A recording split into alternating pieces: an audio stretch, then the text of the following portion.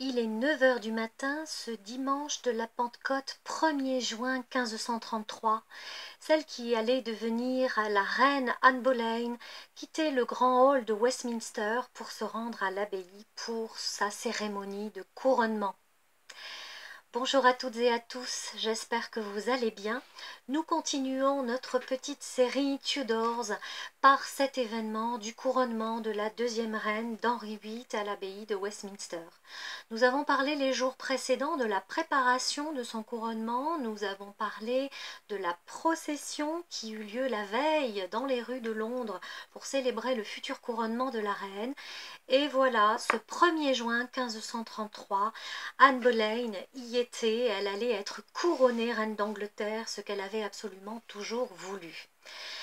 Elle ne souhaitait pas être la maîtresse du roi Henri VIII et pendant 7 ans, elle l'avait fait attendre avant de se donner à lui afin que le mariage avec Catherine d'Aragon soit annulé et qu'elle puisse officiellement devenir la deuxième épouse d'Henri VIII. Donc ce 1er juin 1533 était un jour vraiment glorieux pour elle. Elle était enceinte, elle pensait qu'elle allait donner enfin le fils tant attendu à Henri VIII.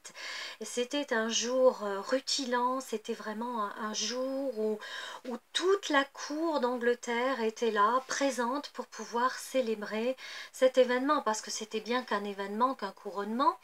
Il n'était pas si fréquent que cela, et Anne Boleyn a marché sur les pas de tous les rois d'Angleterre et les reines précédemment.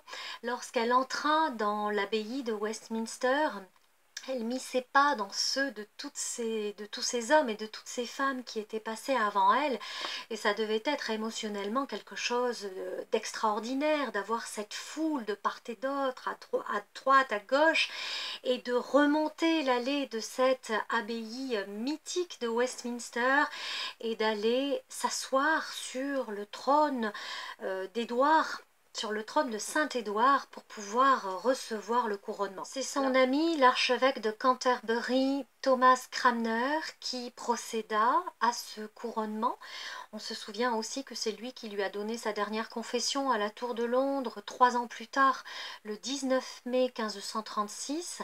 C'est lui qui, au cours d'une très longue cérémonie, lui remit absolument tous les attributs, lui a déposé le Saint-Crème, c'est-à-dire qu'elle était faite reine d'Angleterre par la volonté de Dieu, sous l'œil de Dieu, et qui lui a remis tous les attributs qui étaient utilisés lors de ce couronnement. Boleyn était maintenant reine d'Angleterre officiellement, et elle allait quitter l'abbaye de Westminster pour revenir dans le grand hall de Westminster afin de participer à un très grand banquet où le vin coula à flot, où il y avait beaucoup de musique, des danses, où c'était vraiment un festin absolument extraordinaire.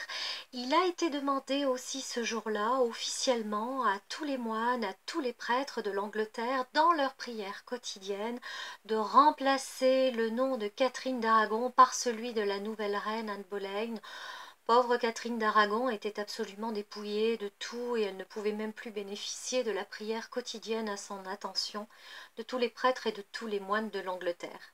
Ce qui était triste pour l'une était très joyeux pour l'autre, mais malheureusement, comme nous le savons, cela n'a duré que 3 petites années, puisqu'en 1536, eh bien, ce fut la chute effroyable de cette reine Anne Boleyn, une reine qui certes avait été terriblement ambitieuse, qui avait été terriblement dure avec la première reine Catherine d'Aragon, mais qui elle-même vécut une fin absolument effroyable. Si vous n'avez pas vu la petite chronique du 1er au 19 mai 1536, je vous invite à la regarder.